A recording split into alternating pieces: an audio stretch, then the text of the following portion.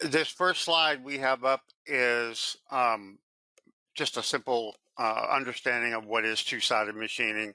Basically, if you have a feature on the opposite side that you have to machine, then obviously it's two-sided machining.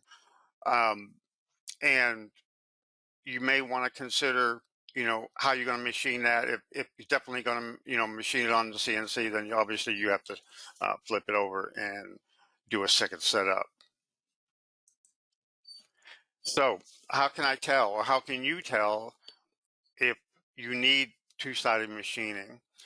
Well, during your initial analyze of the part itself before you start programming it, obviously you're going to sit down, you're going to look at the part, you're going to determine how it's going to be machined, how it's going to be oriented on the machine, and those kinds of things.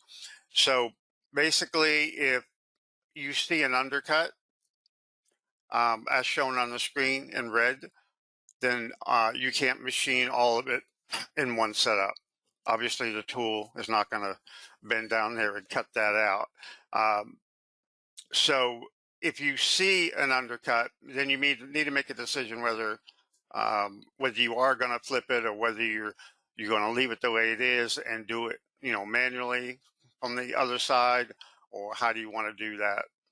This particular example is a sculptor, so they just decide they're going to do it on one side, and then they'll take the part and hand sculpt out the undercuts.